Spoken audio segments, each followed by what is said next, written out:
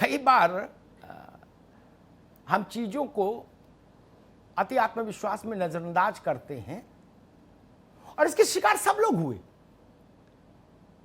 सब लोग हुए। इंदिरा जी जैसी बड़ी नेता इसके शिकार हुई, बाकी को छोड़ दीजिए। वाजपेयी जी की सरकार इसके शिकार हुई, 6 महीने पहले चुनाव करा दिए।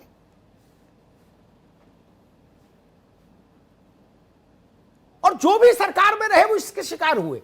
इसको ऐसे समझ लीजिए, मैं बार बार नामों को उल्लेख नहीं करना चाहता। सबने यही का कर ली दुनिया मुट्ठी में,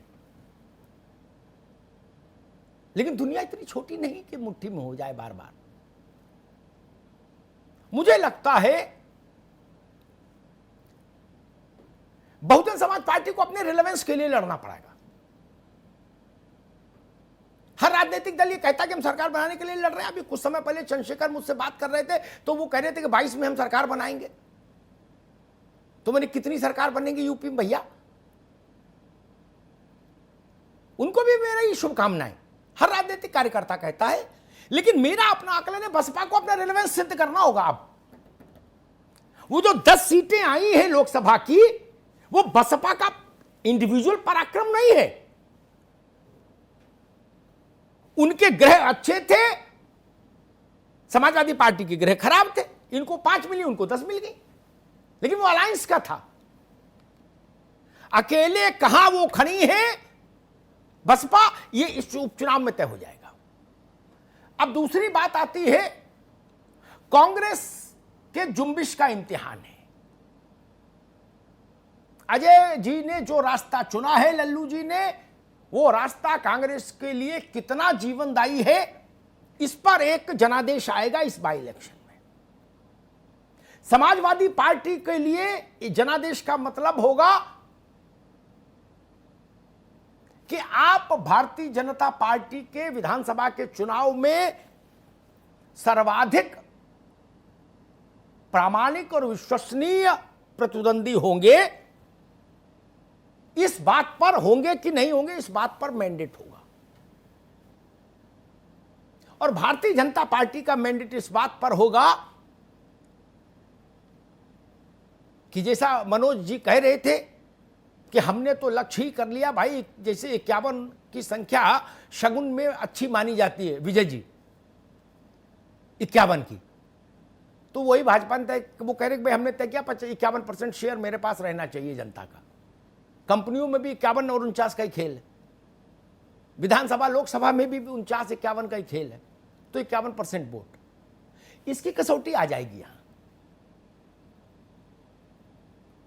22 में 22 किल, इस नारे का इम्तिहान हो जाएगा।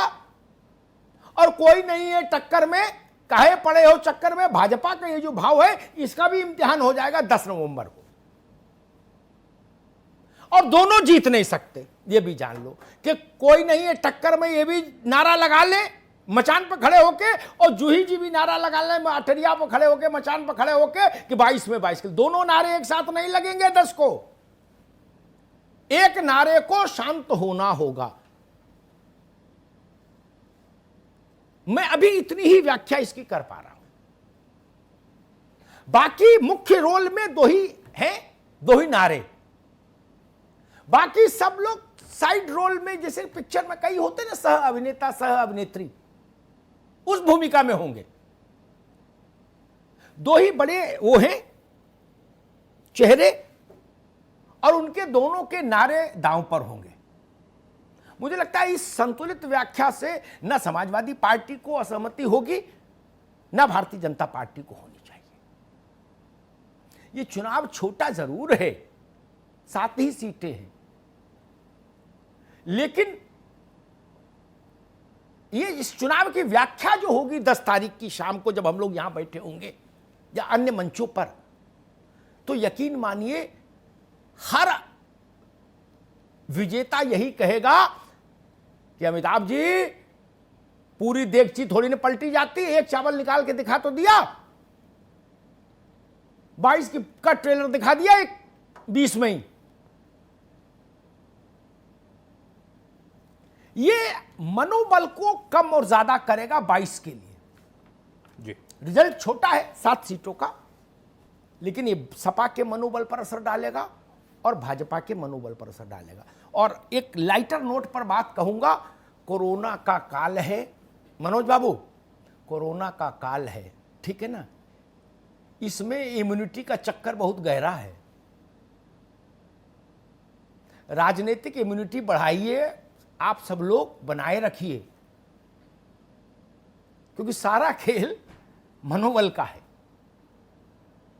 शारीरिक इम्यूनिटी तो काढ़ा पीने से बढ़ जाती है, राजनीतिक इम्यूनिटी बढ़ाने के लिए, प्रतिरोधक क्षमता डेवलप करने के लिए बहुत संघर्ष करना पड़ता है। धन्यवाद।